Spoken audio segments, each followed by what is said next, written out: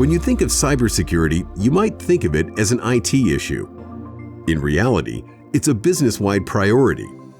From your CEO to your newest hire, everyone needs to be trained in cybersecurity. Why? Because cyber threats are targeted at everyone all the time.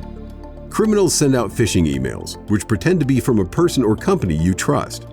It only takes one employee to click one bad link to give them access to your system and potentially put everyone at risk.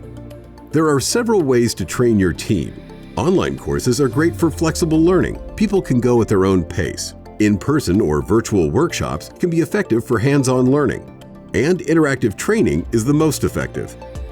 Why? Because it engages people with real-world scenarios, making the lessons stick.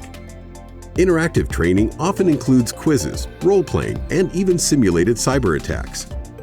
This hands-on approach helps employees understand what to look for and how to react.